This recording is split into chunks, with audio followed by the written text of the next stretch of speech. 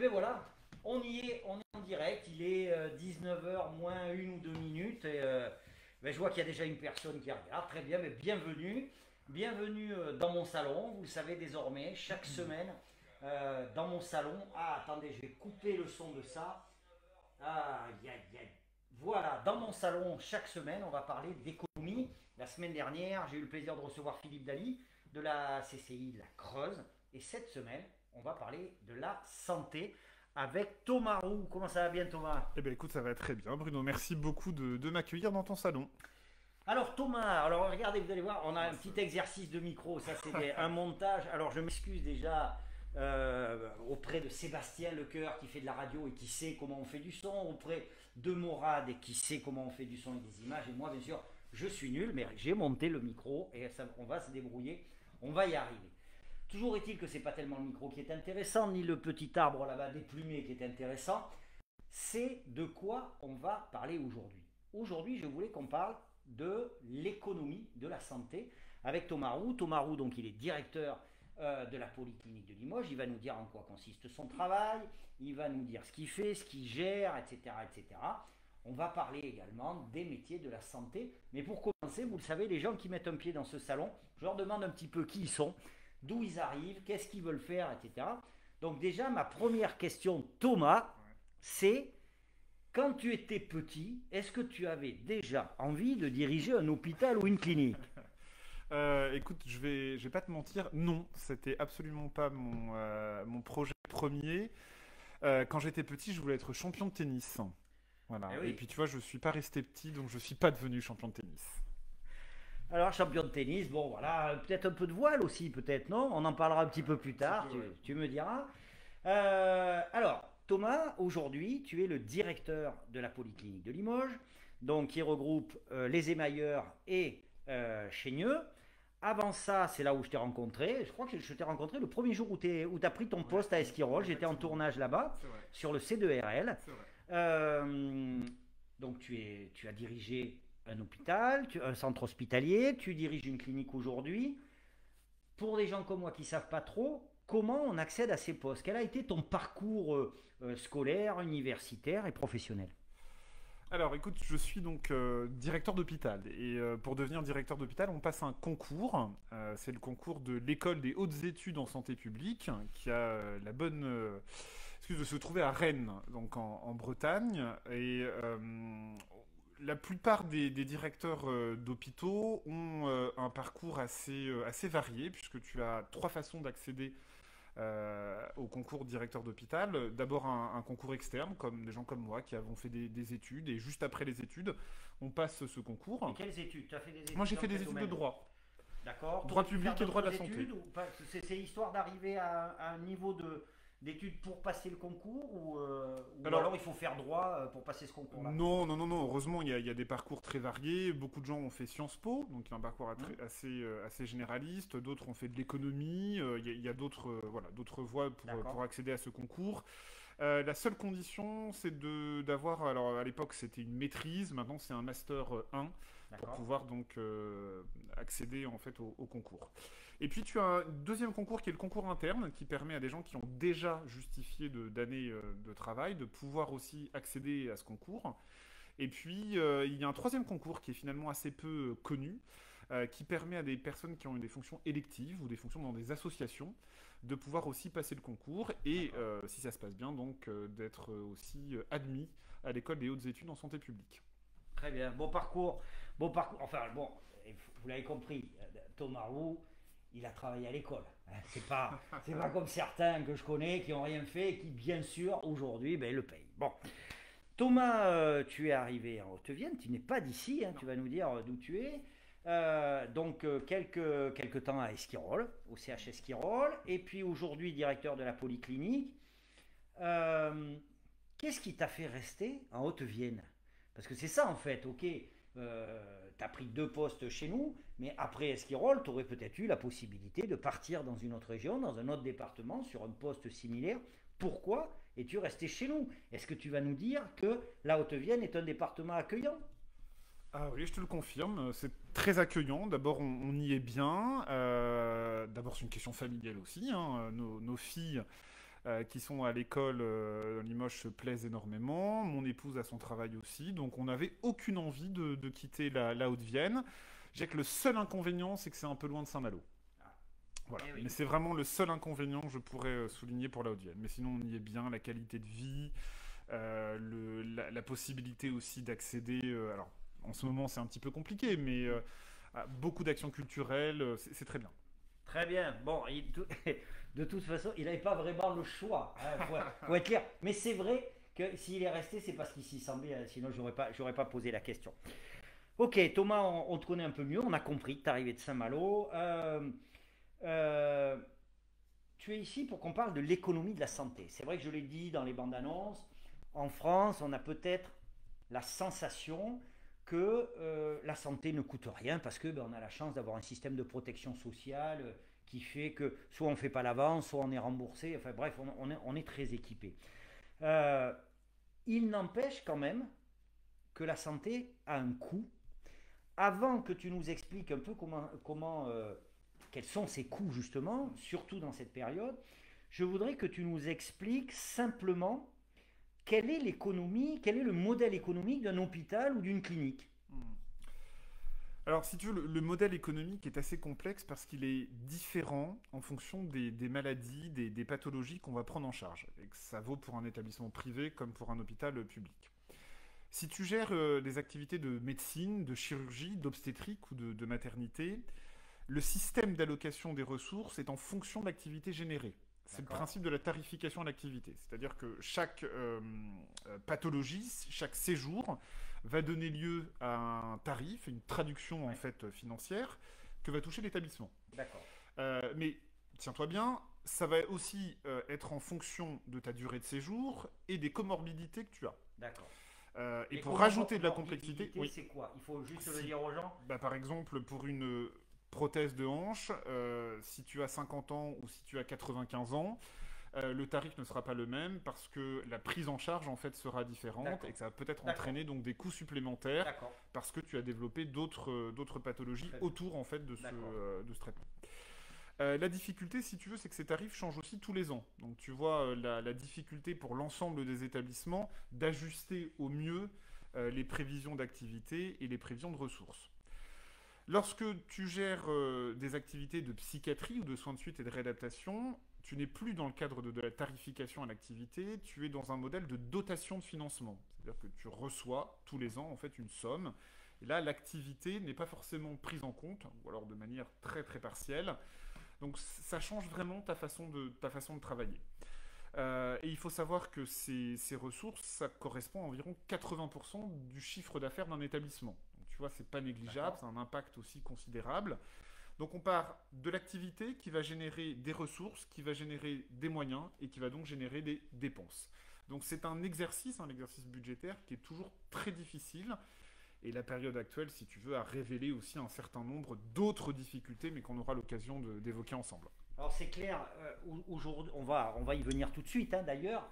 Je ne sais pas si c'est une chance, mais en tout cas ça sera une sacrée expérience. Tu arrives à Esquirol, allez, 1 an après, premier confinement, tu quittes Esquirol, il y a encore la crise qui se poursuit. Tu as pu voir un peu l'impact sur deux établissements qui sont, enfin sur deux structures, pas deux établissements qui sont complètement différents, mais qui ont des impacts en termes de coûts, en termes d'organisation. Concrètement, quels ont été les premiers impacts en termes de gestion sur les établissements que tu gérais dus au Covid? Alors écoute, finalement ça fait un peu écho à ce que je viens d'évoquer. Sur la partie Esquirol, l'impact a été finalement assez faible, puisque les dotations que nous recevons, comme je te l'ai dit, ne sont pas forcément liées à l'activité. Donc on a eu bien évidemment une baisse considérable de l'activité, mais ça n'a pas impacté nos recettes, nos subventions, ce qui nous a permis de pouvoir maintenir aussi un salaire pour l'ensemble des personnes. C'est important. Au niveau de la polyclinique, j'ai pas vécu le premier confinement, mais j'ai vécu le deuxième confinement. Je dis pas le second confinement malheureusement parce que j'ai peur que voilà, un troisième voire un quatrième. On a été dans une situation très différente, très impactée puisqu'il n'y avait plus du tout d'activité. seules les activités d'urgence en fait étaient encore autorisées. Et donc, nous avons mis en place du chômage partiel. Et pour le deuxième confinement, on n'a pas mis de chômage partiel, mais nous avons eu la chance, mais comme tous les établissements de santé privés ou publics, le secteur de la santé a été extrêmement protégé, puisqu'on a eu des avances de trésorerie, des garanties de financement, qui nous ont permis de faire face à ces coûts, puisque quand tu perds de l'activité, tu perds forcément des recettes, alors que tes coûts restent les mêmes. Et nous avons pu aussi faire face à de nombreux surcoûts liés à l'achat des équipements de protection individuelle et d'autres produits également. Alors je vais être un peu coquin. Alors on va faire comme si on n'avait pas parlé un peu avant, mais on en a un peu parlé avant. Tu le dis très bien, et moi le premier, j'assume complètement, je suis ravi, je ne fais pas de politique, je suis ravi que durant cette crise, on ait fait le maximum, et je dis bien tout le monde, pour ne laisser personne à la rue, pour éviter les licenciements, même si effectivement il y a des personnes qui vont passer au travers des mailles du filet. J'en suis ravi, je suis ravi de vivre dans un pays qui soit capable de prendre ses décisions, de donner de l'argent aux entreprises qui ne sont pas ouvertes, etc., etc. Maintenant, on va jouer un peu le poil à gratter, c'est-à-dire que je me rappelle aussi qu'il n'y a pas si longtemps que ça, on avait les personnels soignants qui étaient dans la rue pour dire on n'a pas de moyens, on ne peut pas soigner, on n'est pas... Bon, on verra ensuite les ressources humaines, mais en tout cas, on n'a pas les moyens de soigner comme il faut les gens qui viennent dans nos établissements. Et puis d'un seul coup, je ne sais pas où était caché cet argent, il devait être sous un matelas ou sous une table, d'un seul coup, on ouvre les robinets, tant mieux. Mais concrètement, qu'est-ce que ça t'inspire? Qu'est-ce que ça provoque dans le milieu du soin? Alors écoute, déjà, je partage tout à fait ton avis et de dire qu'on a quand même une chance extraordinaire d'avoir été à ce point aussi préservé. C'est-à-dire qu'il n'y a clairement pas eu un seul licenciement, personne non plus n'a perdu son poste pendant cette crise, alors qu'on a vu d'autres secteurs aussi en très grande difficulté et continuent à être en grande difficulté. Et il faut savoir que ça va faire maintenant à peu près 17 ans que je suis sorti de cette fameuse école des hautes études en santé publique et que j'exerce des fonctions de directeur adjoint ou de chef d'établissement, et que les évolutions des dépenses d'assurance maladie exigeaient chaque année un effort supplémentaire de réduction des dépenses, de rationalisation de la dépense, on peut appeler comme on veut. Et c'est vrai que si tu veux, le Covid nous a permis clairement de souffler, d'avoir un peu l'impression, et je le dis aussi parce que j'en ai beaucoup discuté avec mes collègues, d'avoir été enfin entendu, et de dire qu'à un moment, on ne pouvait pas aller jusqu'au bout de ces réductions de dépenses.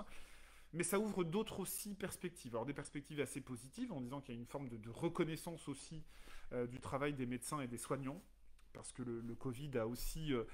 prouver qu'il y avait des gens mais extraordinaires, et je le dis, si tu veux vraiment, que ce soit à Esquirol, que ce soit à la Polyclinique de Limoges ou tous les autres établissements que j'ai pu fréquenter, j'avais pris des nouvelles sur la façon dont on prenait en charge aussi le Covid. Les gens étaient dévoués, se sont investis, il y avait une attention aux autres qui était réelle. En même temps, on arrive avec un déficit pour l'année 2020 de la sécurité sociale de près de 50 milliards d'euros. Je rappelle qu'on avait prévu juste 4 milliards d'euros. Ouais. Et il est prévu pour les 2 ans qui viennent également donc un déficit record. La question c'est quid des années qui viennent? Voilà. Est-ce qu'on reviendra à des économies aussi demandées? Est-ce qu'on va pouvoir peut-être aussi... C'est un peu peut-être tôt de le dire, mais grâce au Covid, imaginer en fait une autre façon de travailler, une autre façon aussi de dépenser au sein de notre système de santé. Et c'est ce que j'appelle aussi de mes voeux. C'est de pouvoir aussi peut-être rééquilibrer un certain nombre en fait de financements. Alors ça pose aussi une autre question. On n'a peut-être pas la réponse, on peut en discuter, on n'a peut-être pas la réponse. Ça pose aussi la question du véritable coût des choses. Parce que est-ce que l'État avait vraiment tort de dire qu'il faut faire des économies? Et est-ce que dans le même temps, aujourd'hui, l'État a raison d'ouvrir les robinets à ce point-là? Donc, va arriver un moment où, bien évidemment, j'espère que la situation sanitaire va s'apaiser, mais où on va devoir retrouver une certaine normalité des choses. Toi, comment tu te positionnes par rapport à ça? J'imagine qu'il y a un juste milieu à trouver, et sans doute des choses sur lesquelles on peut faire des efforts, sans doute des choses sur lesquelles il faut aller un peu plus vite. Toi, sur quoi tu crois qu'on peut gagner. Alors, gagner, ça ne veut pas forcément dire faire des économies, ça peut vouloir dire aussi optimiser, rationaliser, collaborer, établir des liens avec d'autres professionnels, on verra. Et puis, sur quoi il faut aujourd'hui se dire non. Là, ça nous montre bien qu'on a des choses à faire et il faut mettre un peu d'argent dans le panier pour aller plus loin. Alors écoute, tu as raison, la situation objective, elle est connue. La France est un pays qui dépense beaucoup pour la santé. On est le pays au sein de l'Union européenne où la part des dépenses de santé au sein de son PIB est le plus élevée. Pour te donner aussi, bon, on ne va pas noyer nos amis avec des chiffres, mais on dépense environ 3 600 euros par an par habitant, Ouais, voilà, pour les dépenses de santé, quand la moyenne européenne est à 2800 euros, tu vois, donc on est quand même au-dessus. Je pense que la difficulté, elle est d'abord l'utilisation de ces dépenses de santé. On parlait du personnel. C'est vrai que le Ségur de la santé qui est arrivé après le premier confinement, après cette première crise, a permis de revaloriser donc un certain nombre de salaires, ce qui à mon avis est une très bonne chose, parce que le salaire moyen infirmier était quand même d'abord était très inférieur à la moyenne du salaire français, mais aussi très inférieur à la moyenne des infirmiers d'autres pays de l'Union européenne. Je pense à l'Espagne ou je pense à l'Allemagne, donc ça c'était aussi une bonne chose.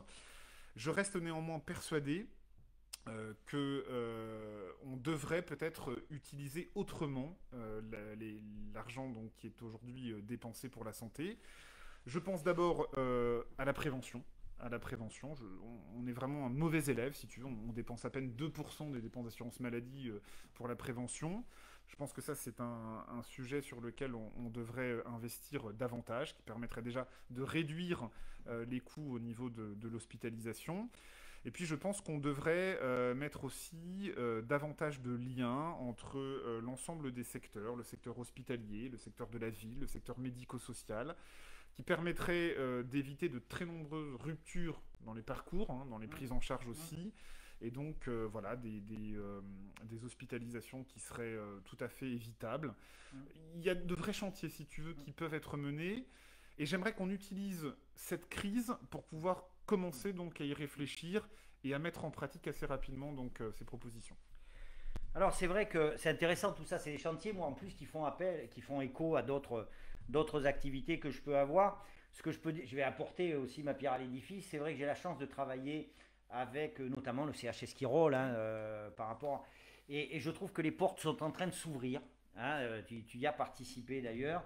Les portes sont en train de s'ouvrir pour qu'on voit plus le parcours des gens que simplement il est hospitalisé là, il va sortir, il va aller ailleurs, etc. Non, il faut qu'on arrive effectivement à s'inscrire dans une logique de parcours. Je vais être un peu... alors déjà j'en profite, si vous avez des questions, n'hésitez pas, posez-les en direct, on est bien d'accord. Les questions, ce n'est pas des questions du genre mal placées ou etc. parce que je ne les dirai pas et puis je vous bannirai du truc, mais c'est des questions constructives. On a la chance d'avoir un directeur de polyclinique ici. Si vous avez des questions, n'hésitez pas, on les donnera. Ça va être un peu poil à gratter, mais dans l'esprit collectif, quand tu dis... les salaires, il faut les revaloriser. Et quand on parle de santé, tu ne peux pas empêcher les gens de penser qu'en France, les médecins, ils sont riches. Tu vois, j'ai l'impression qu'il y a cette idée-là, que quand on parle de la santé, on parle des médecins uniquement, et que quand on parle des médecins, ils sont forcément riches. C'est peut-être, on y viendra de façon un peu plus précise ailleurs, après, mais il n'y a pas que les médecins dans le secteur de la santé. Toi, est-ce que tu peux nous donner... par exemple, tu n'as pas tous les métiers, mais la somme de métiers qui participent au fonctionnement de la polyclinique, où c'était le cas à Esquirol. Écoute, à Esquirol ou à la polyclinique, c'est peu ou prou la même chose. Il y avait à peu près 70 métiers tu vois, qui participaient autour du patient. Ouais. En passant de médecin, tu as raison, infirmier, aide-soignant, mais il y avait aussi le brancardier, pharmacien, le kiné, l'ergothérapeute, les administratifs, les techniciens qui font aussi fonctionner. Support, voilà, c'est extrêmement important autour du patient. Même s'il n'y a pas un contact direct avec le patient, il participe aussi activement à la prise en charge du patient. Donc il y a beaucoup de choses. Si tu veux. Les métiers de la santé, c'est 2 millions de personnes qui travaillent. C'est un secteur, comme tu l'as dit très justement, on a tendance à focaliser sur le salaire des médecins. Alors, Oui, parfois, tous les médecins ne sont pas riches. oui, puis faut pas focaliser là-dessus. Après, il y a eu ils ont fait aussi beaucoup d'études. Oui. Beaucoup s'investissent énormément aussi dans leur travail. Je pense clairement que c'est pas volé. Par contre, si tu veux, il y a effectivement des choses que je trouve un petit peu dommages. Le salaire des soignants. Tout simplement parce qu'il y a aussi une culture qui est très particulière. On considère que c'est un engagement, c'est une passion. Donc si tu veux, ça n'a pas de prix. Donc finalement, voilà, on va pas valoriser ça de manière importante. Et puis, on voit aussi que les métiers du soin, on va considérer que c'est d'abord des qualités humaines avant des compétences techniques. Et ben les qualités humaines, tu les valorises beaucoup moins que les compétences techniques. Ce qui, à mon avis, est une erreur. Et c'est vrai que le Ségur de la santé a participé un petit peu à cette augmentation. Pas pour tous, puisque on parle de la santé, mais tu vois, n'oublions pas non plus le médico-social, parce que toi comme moi, on a une appétence aussi pour la santé mentale. Et sans le médico-social, la santé mentale, elle irait pas bien. Voilà. C'est clair. Donc, faut pas non plus oublier ces personnes-là. Et c'est clair qu'il faut une revalorisation pour les rendre attractifs. Parce que de toute manière, on voit, je devance peut-être un peu tes questions, on y reviendra, mais il nous manque cruellement d'infirmiers, d'aides-soignants, d'ergothérapeutes, d'orthophonistes. Tout ça, c'est important. Et puis il y a quand même quelque chose qu'il faut reconnaître. On est un peu, vous savez, en France par exemple, on dit oh là là, les magasins ouverts le dimanche quand même, c'est pas bien pour les caissières, etc. Ouais, mais enfin, qui c'est qui est le dimanche? C'est nous. Et bien la santé c'est pareil. Et alors, on dit quand même, ils sont bien payés et tout. Alors Thomas le disait, il y a des compétences derrière, il faut faire des études, etc. Et puis il y a la disponibilité. Vous, je sais pas, mais moi la dernière fois où j'ai eu besoin d'aller aux urgences, j'ai trouvé quelqu'un qui était là pour remplir mes papiers, pour m'accueillir, pour me donner les premiers soins, etc. Et ça, il faut vraiment le prendre en compte parce que moi, perso, je ne suis pas sûr que j'irai faire des gardes de nuit, je ne suis pas sûr que je serai tout le temps là, je ne suis pas sûr que j'aimerais beaucoup me faire insulter quand je reçois quelqu'un d'aviné aux urgences, etc. Et puis je ne suis pas sûr que j'aimerais bien faire des trucs qui nous font, quand ils doivent nous faire la toilette, des choses comme ça. C'est des métiers qui ont une charge à la fois émotionnelle et qui... Alors effectivement, tu disais, il faut être, comment dirais-je, très motivé, c'est une vocation, mais une vocation à quel prix? Et effectivement, ce à quoi on est en train d'assister aujourd'hui, c'est que beaucoup de gens qui avaient la vocation, malgré la vocation, aujourd'hui, s'en vont et changent de métier. Donc ça, c'est important. Alors, ça fait un peu démago, je suis d'accord, c'est simplement... vous voyez, c'est des petites choses aussi, parce qu'ils le disaient, les soignants, quand il fallait qu'on applaudisse à la fenêtre, etc. Moi, je pense que de temps en temps, quand on va à l'hôpital, aux urgences ou quoi, on dit merci aux gens. Déjà, ça commence par là, et ils seront contents. On va passer à autre chose, et puis on reviendra sur les logiques de personnel. Je me suis laissé dire que pendant la crise sanitaire, donc toi, tu avais assuré une continuité de service, en fait, toi et tes équipes. Néanmoins, visiblement, il y avait des consultations pour d'autres maladies qui n'avaient pas lieu parce que les gens ne venaient pas, parce que peut-être ils pensaient que ça ne se faisait plus. Alors, c'est important, ça a un vrai impact parce qu'il y a, si c'est vrai, derrière, il y a toutes les maladies qui n'ont pas été détectées à ce moment-là. Moi, je suis un peu impliqué dans une histoire de maladies chroniques. Il y a des gens qui doivent absolument avoir des suivis par rapport aux maladies chroniques. Qu'en est-il exactement? Est-ce que c'est quelque chose que vous avez constaté avec tes équipes? Alors, oui, tu as raison. Alors, ce qu'il faut savoir aussi, c'est se remettre dans le contexte du mois de mars. Si tu veux, le Covid, on ne connaissait pas très bien. Il y a eu beaucoup d'anxiété, beaucoup de craintes aussi autour du Covid. Donc il avait clairement été demandé, et c'est le cas notamment pour la polyclinique, d'arrêter toutes les consultations et toutes les hospitalisations qui n'étaient pas considérées comme urgentes. D'accord.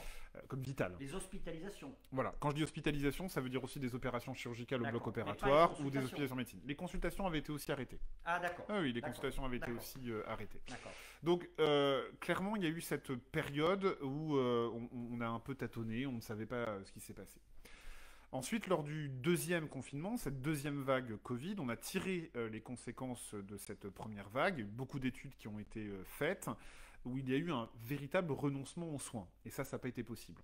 Donc toute la difficulté de la deuxième vague à partir du mois d'octobre, ça a été essayer de prendre en charge des patients Covid, tout en maintenant une activité d'urgence et de programmée pour éviter au maximum ce qu'on avait vécu au mois de mars, c'est-à-dire, comme certains chirurgiens ou médecins me l'ont dit, de trouver des gens avec un cancer à un stade avancé. Ouais.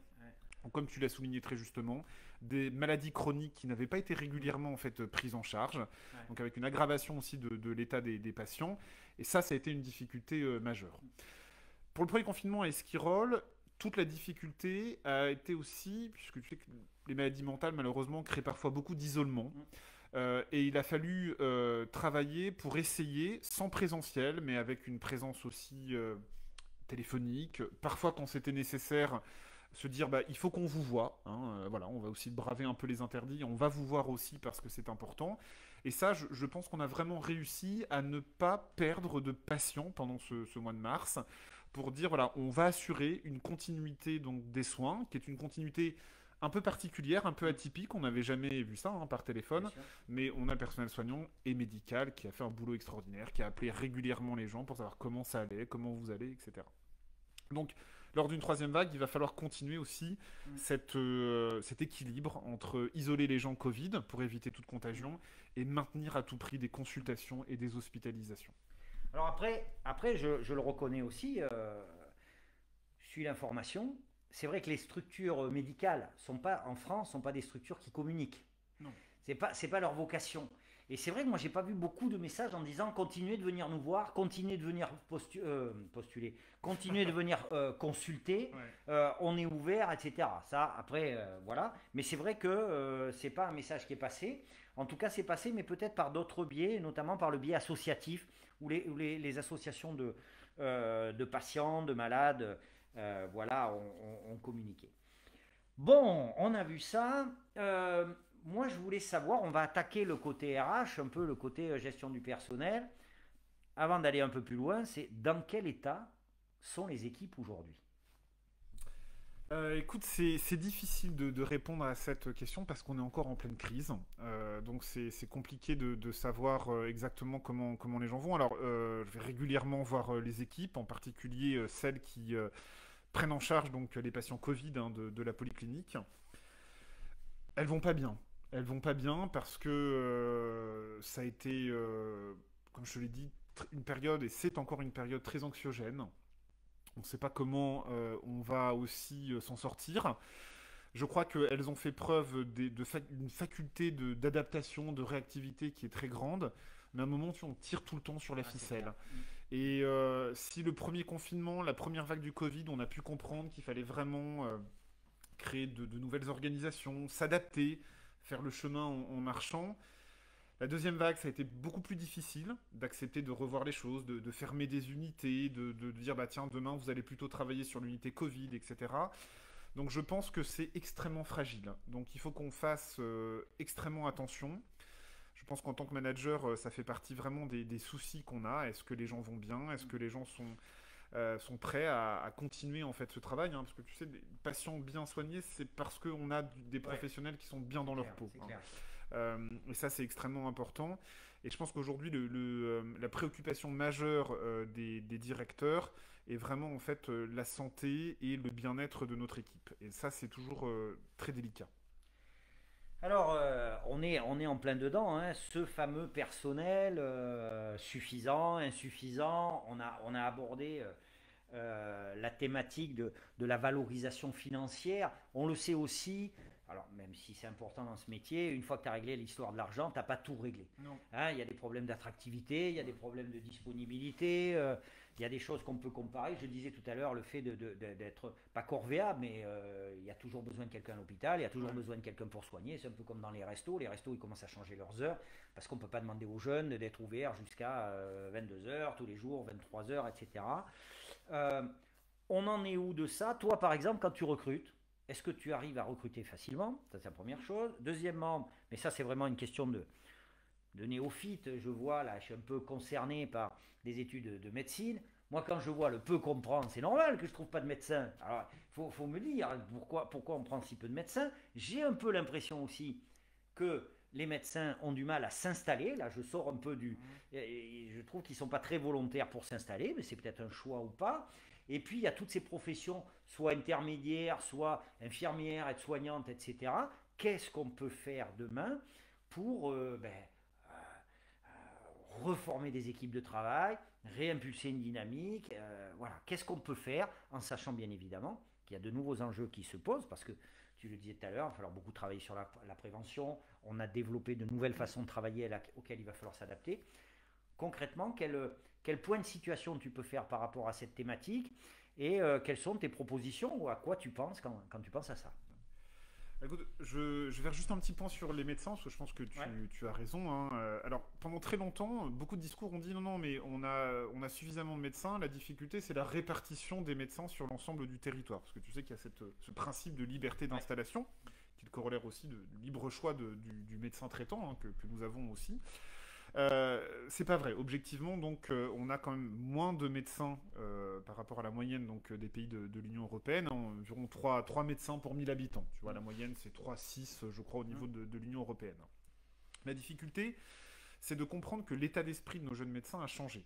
Des gens qui ont de grandes compétences, qui s'investissent énormément, mais on ne peut plus avoir l'image du médecin de campagne qu'on a pu avoir toi et moi, qui on pouvait appeler le dimanche soir, etc. Ils revendiquent, et c'est tout à fait normal, une vie aussi à côté donc, de l'hôpital, à côté de la clinique, à côté de leur cabinet.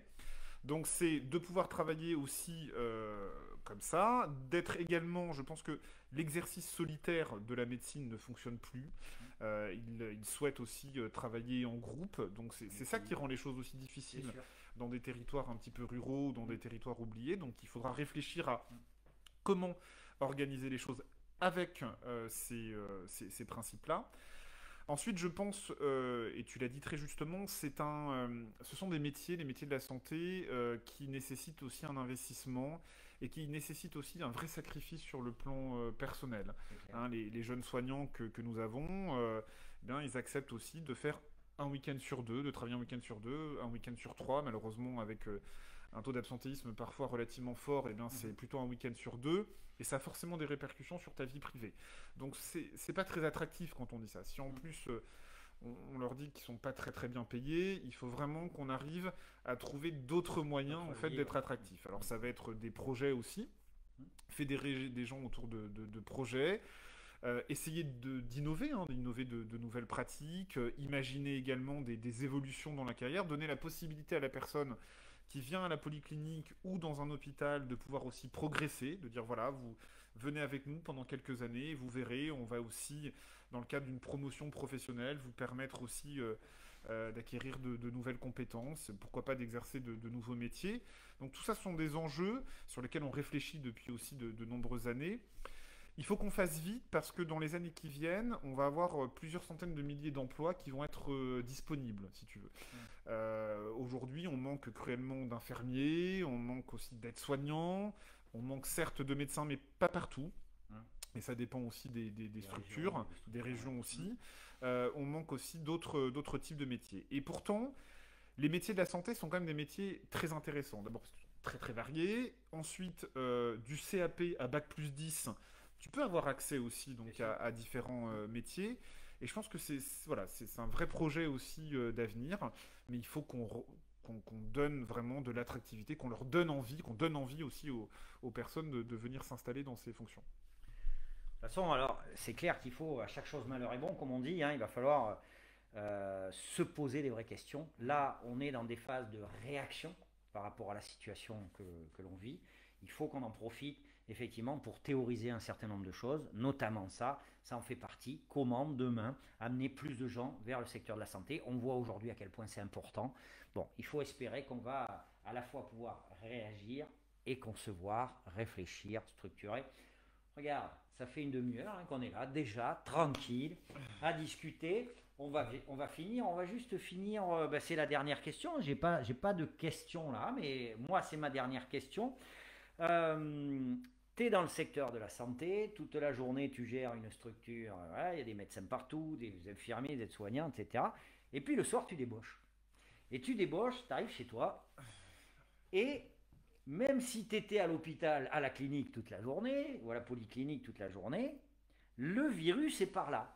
Et donc, quand tu rentres chez toi, en tant que citoyen, que t'inspire ta situation quand tu rentres chez toi? Qu'est-ce qui se passe? À quoi tu penses? Est-ce que tu as peur? Est-ce que tu regrettes de ne pas sortir? Qu'est-ce qui te manque avec ce fameux couvre-feu? Comment le citoyen Thomas Roux appréhende une fois qu'il a géré toute la structure et que là, il doit se gérer lui et sa petite famille? Écoute, il n'y a pas d'anxiété, voilà, que ce soit lors du premier confinement, deuxième confinement, j'ai eu la chance de pouvoir continuer à travailler au SIG, et donc voilà, les choses se sont plutôt bien passées. Écoute, le soir, plutôt fatigué parce que ça Ouais, nécessite aussi bonne journée. un investissement certain, un peu de tristesse de ne pas pouvoir aussi aller taper la balle. Eh oui. Voilà, ça c'est quand même aussi un problème. Mais sinon, non, c'est pouvoir aussi profiter de la famille, de pouvoir aussi sortir un petit peu la tête de l'eau, et puis bah, écoute, d'imaginer demain, d'imaginer le lendemain, d'imaginer aussi les prochains voyages qui seront faits, le bateau à Saint-Malo, tout ça, ça permet aussi de tenir. Très bien, merci beaucoup Thomas. Merci d'avoir répondu présent à cette invitation. Voilà, hein, on a fait 35 minutes. Hein. Je sais pas vous, moi ça m'a passionné. Qu'est-ce que vous voulez? Recevoir des gens comme ça qui parlent de trucs que je connais pas, moi ça me passionne. Je vous donne rendez-vous mercredi prochain à la place de Thomas. Il va y avoir Dorothée Ferreira-Garcès qui est présidente du MEDEF, directrice générale d'Indépendance Royale. Vous allez voir, elle est toute menue comme ça, et puis en fait elle gère des millions d'euros, et puis surtout elle s'investit dans le MEDEF. C'est quelqu'un de remarquable et qui a toujours quelque chose à dire. L'avantage, c'est un peu comme Thomas, ils disent des choses extrêmement sérieuses, mais avec le sourire. Derrière, on aura Christelle Lelekarov qui viendra pour nous parler de l'OFI, de l'immigration. Et beaucoup d'actions sont lancées dans le champ de l'immigration en ce moment. Pourquoi? Comment on fait? Vers quoi on va? On aura la chance d'avoir également Monsieur Guérin, Guillaume Guérin, c'est Guillaume, hein, oui, c'est Guillaume Guérin, qui est président de Limoges Agglo, qui va venir ici. On aura Jean-Claude Lebois, qui est président du conseil départemental. On aura le directeur général du CSP, du Cercle Saint-Pierre. On va parler basket et que devient le CSP avec cette crise économique. Et puis plein d'autres invités. On a la chance que chaque fois que je les invite, ils disent oui, écoute, très bien. Et c'est sans doute, ils veulent voir mon salon, vous comprenez, parce que c'est l'endroit à la mode. Donc voilà, je vous remercie en tout cas d'être venu visionner ça. Si vous n'avez pas pu le visionner, ou si vous connaissez des gens qui n'ont pas pu le visionner, ça sera disponible en replay, ça sera sur la page Facebook et puis sur tous les réseaux sociaux. Thomas, je vais te laisser le dernier mot. Hein. Merci beaucoup d'être venu. Voilà, les gens te regardent. Un dernier mot. Bah écoutez, merci beaucoup à ceux qui ont pu aussi nous écouter et partager aussi ce moment. Prenez soin de vous. Voilà, tout simplement. Prenez soin de vous. Très bien, merci. À très bientôt. Merci.